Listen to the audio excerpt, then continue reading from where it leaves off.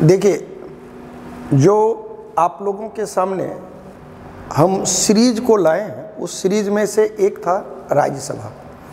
राज्यसभा को चलाता कौन है? राज्यसभा के कार्य संचालन में किसकी सबसे बड़ी भूमिका होती है? उसमें दो कैरेक्टर, एक आता है सभापति और एक आता है उपसभापति। इन लोगों के कार्य और अधिकार को समझेंगे। दायरा राज्यसभा तक सीमित है। हम लोग देख क्या रहे हैं? राज्यसभा, और वो भी राज्यसभा में किसको? राज्यसभा में सभापति और उपसभापति को। सभापति और उपसभापति, ये दो बिंदु के इर्द गिर्द सारी बातें घूमेगी। पहला चीज कि कौन बनेगा सभापति, तो एक हाउस है जिसका नाम है राज्यसभा। नाम हमने क्या कहा इसका? राज्यसभा। जैसा कि आप जानते हो कि भारत के संविधान के अनुच्छेद 80 में इसका उल्लेख है। 250 सदस्यों का इसमें चुनाव होता है। 250 सदस्यों में से 238 को एमएलए चुनता है। जनसंख्या के आधार पर हर एक राज्य में सीट निर्धारित होता है। 12 सदस्यों को राष्ट्रपति क्या करता है? मनोनीत करता है। कितने क्षेत्र से? साहित्य, कला, विज्ञान, समाज सेवा। उम्मीद है कि यहाँ तक पूरी बात आप लोगों को समझ में आ गया होगा कि अनुच्छेद 80 में है 250 मेंबर होते हैं, ये संविधान कहता है। लेकिन ओरिजिनल में सदस्यों की संख्या है 233 प्लस 12।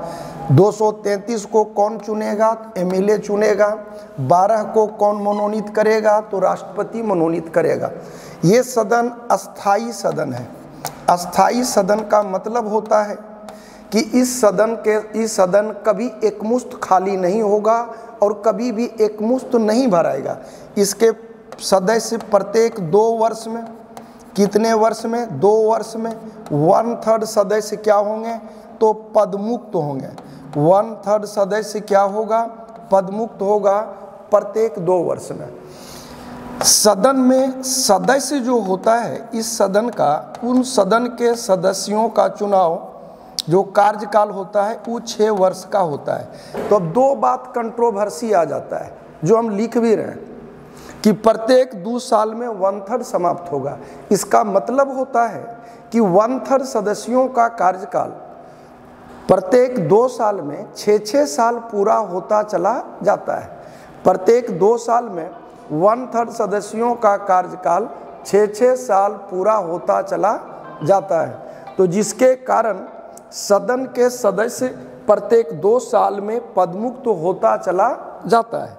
अब आ गई बारी कि राज्यसभा से क्या प्रधानमंत्री हो सकता है? जवाब होगा बिल्कुल हाँ। क्या राज्यसभा से मंत्री हो सकता है? जवाब होगा बिल्कुल हाँ। राज्यसभा के मेंबर के लिए क्या योग्यता है? तो सिंपल है कि 30 साल उम्र होना चाहिए। न्यूनतम उम्र कितना साल? 30 साल। पगला ना हो, दिवालिया ना हो, लाभ के पद पर ना हो। लाभ का पद मतलब सरकारी नौकरी। दिवालिया का मतलब हो गया, आप समझ लीजिए जैसे भागा नीरव मोदी टाइप का ना हो। अगर उस टाइप का आदमी पहुंच गया यहाँ तो बेटा सरकारी संपत्ति बेच बाच करके अपना कर्जा चुकाएगा, इसलिए दिवालिया लोगों को लिया नहीं जाता। उम्मीद है कि राज्यसभा की पूरी बात समझ में आ गई होगी। एक बार पुनः तेजी के साथ मैं दोहरा दे रहा हूँ। अनुच्छेद 80 में है 250 सदस्य होना चाहिए था। संविधान कहता है 238 का चुनाव होना चाहिए। संविधान कहता है होता 233 का चुनाव है। 12 मनोनीत होते हैं। अस्थाई सदन है। ये है सदस्य प्रत्येक 2 वर्ष में पदमुक्त होता है, मतलब 1/3 सदस्यों का कार्यकाल प्रत्येक 2 साल में 6 साल पूरा होता जाता है। उम्र और योग्यता बच्चा वाला चीज़ है कि 30 साल होना चाहिए। पगला ना हो, दिवालिया ना हो, लाभ के पद पर ना हो। अब सवाल पैदा होता है इस सदन को चलाता कौन है? कौन है इस सदन में? अब आ गया 3 बात आ जाता है। एक वर्ड आप लोग बारंबार पढ़े होंगे कि पीठासीन अधिकारी। पीठासीन का क्या मतलब होता है? देखिए, पीठासीन का मतलब हो जाता है बिग बॉस जी। सदन में कौन बोलेगा, क्या बोलेगा, कब बोलेगा, बोलेगा कि नहीं बोलेगा, या जो बोल दिया है वो ऑन रिकॉर्ड रखने लायक है या नहीं है, इन तमाम चीज़ों का बिग बॉस जो होता है वो होता है सभापति। अब सवाल पैदा होता है कि सभापति को कौन चुनता है? तो ध्यान रखिएगा, राज्यसभा में सभापति जो होगा वो हिंदुस्तान का उपराष्ट्रपति होगा। जो उपराष्ट्रपति का चुनाव जीतेगा, जो उपराष्ट्रपति का चुनाव जीतेगा वह राज्यसभा का ऑटोमेटिक सभापति होगा। जो शादी करेगा वो ऑटोमेटिक दामाद बनेगा, जो शादी करेगा वो ऑटोमेटिक जीजा बनेगा। ये सब जैसे पदेन है वैसे ही यह भी पदेन है। उम्मीद है कि पदेन का मतलब समझ में आ गया होगा। अब जरा सोचिए कि जो उपराष्ट्रपति है उसका कार्यकाल होता है 5 वर्ष, 5 वर्ष। तो राज्यसभा का जो पीठासीन अधिकारी है वो क्या कहलाया? सभापति। और सभापति के रूप में कार्यकाल के साल है 5 साल। क्या उपराष्ट्रपति राज्यसभा का चुनाव लड़ा है? तो राज्यसभा का तो बंदा चुनाव लड़ा नहीं है। ये चुनाव लड़े हैं किस चीज़ का? उपराष्ट्रपति का। तो क्या ये राज्यसभा का सदस्य है? बिल्कुल नहीं। मतलब राज्यसभा एक ऐसा हाउस है जिसका बिग बॉस उस हाउस का है ही नहीं। तो कहोगे आए सर वैल्यू नहीं देगा, नहीं नहीं, ऐसा नहीं होता है। घर के जितने मेंबर लोग होते हैं, भाई बहन अट पट, आपस में उतना वैल्यू दे या ना दे, लेकिन कोई गेस्ट आता है तो हर कोई वैल्यू देता है। ये एक तरह से गेस्ट है, बिग बॉस है। तो उपराष्ट्रपति ही सभापति होगा जो राज्यसभा का चुनाव नहीं लड़ता बल्कि उपराष्ट्रपति का चुनाव लड़ता है। उम्मीद है कि पूरी बात समझ में आ गई होगी कि उपराष्ट्रपति राज्यसभा का मेंबर नहीं होता।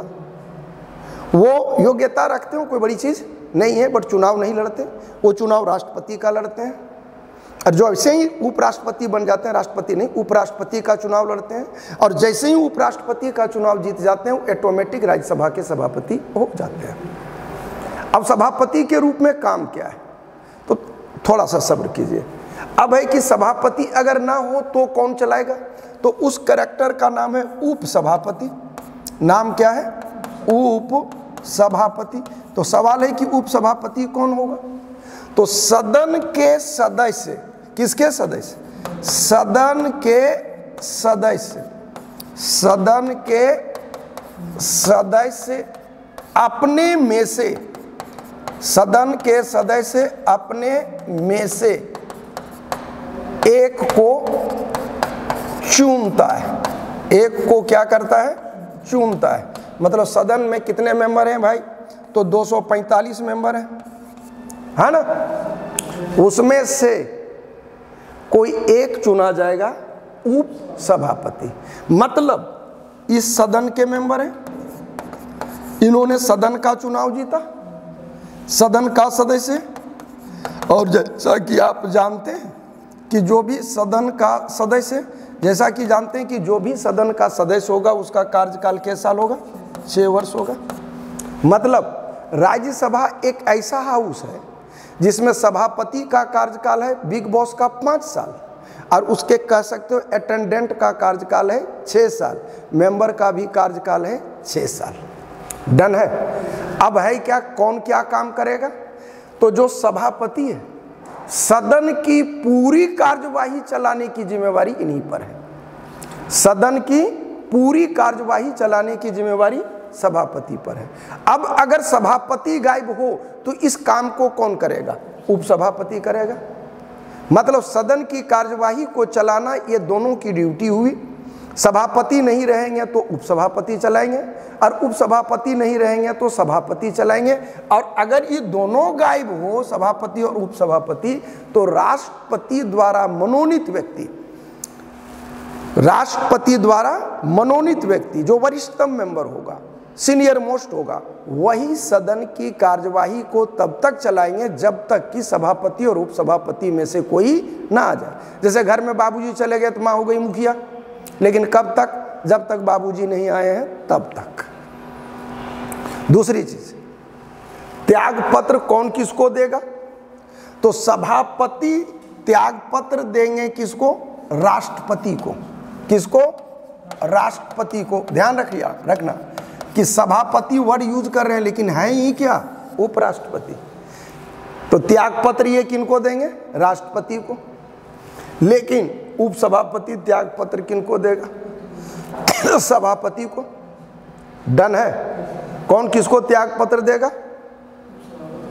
उपसभापति त्यागपत्र देगा किनको? सभापति को।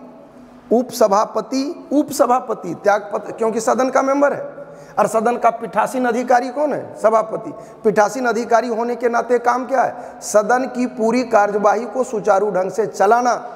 कौन बोलेगा, कब बोलेगा, क्या बोलेगा, कौन उपस्थित है, कौन अनुपस्थित है, जो बोल रहा है वो रिकॉर्डिंग के लायक है, भाषा संसदीय है कि नहीं है, सादा कहीं भाषा असंसदीय तो नहीं है। इन तमाम चीज़ों का बेवरेवार ब्यौरा रखने की जिम्मेवारी होती है सभापति को।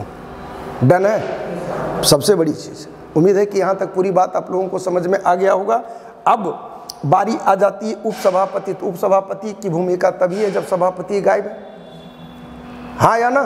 तो ये टोटल चीज जो आया ये आता है राज्यसभा की कार्यवाही को चलाने के संदर्भ में। तो ये महत्वपूर्ण भूमिका होगी सभापति और उपसभापति के संदर्भ में।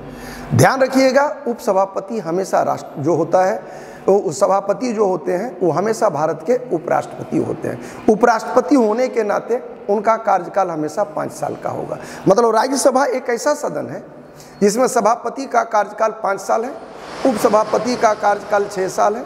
सभापति को त्यागपत्र देना होगा तो राष्ट्रपति को देंगे, और उपसभापति अगर त्यागपत्र देंगे तो सभापति को देंगे।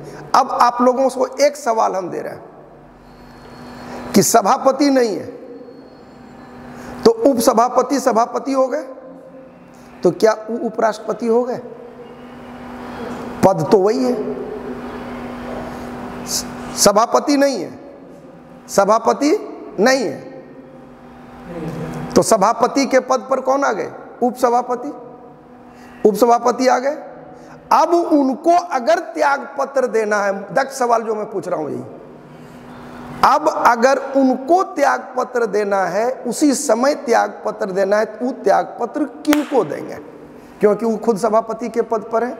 हमने बार बार, अभी मैं पुनः दोहरा दे रहा हूं कि सभापति उपराष्ट्रपति होता है, उपसभापति त्यागपत्र सभापति को देता है, उपसभापति त्यागपत्र सभापति को देता है। डन।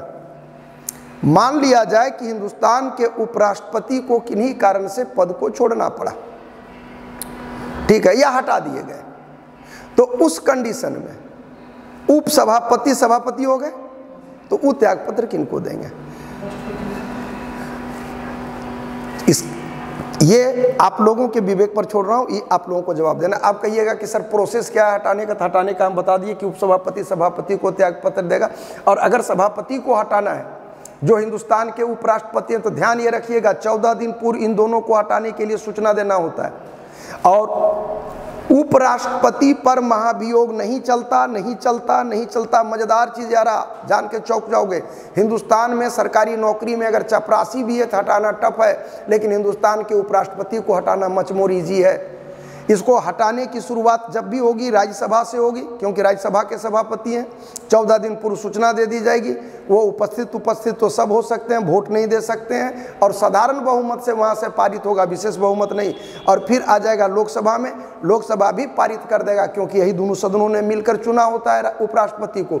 विशेष उपराष्ट्रपति में हम पढ़ाएंगे, तो इनको अपना पद छोड़ना ही पड़ता है, जो कहें ना कि बहुत ईजी है। तो सवाल आप ही के पास रहा, उम्मीद करेंगे कि आप निश्चित रूप से इसका जवाब भी देंगे और बुक को टटोलेंगे भी, पढ़ेंगे भी, और वीडियो को लाइक शेयर और सब्सक्राइब निश्चित रूप से कर दें। जय हिंद, जय भारत।